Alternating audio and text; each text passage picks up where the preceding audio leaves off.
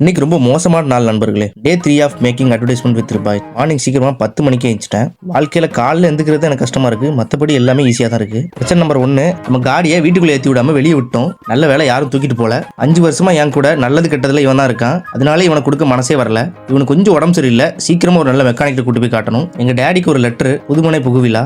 அவர் இல்ல, அதை நான் வாங்கிட்டேன்.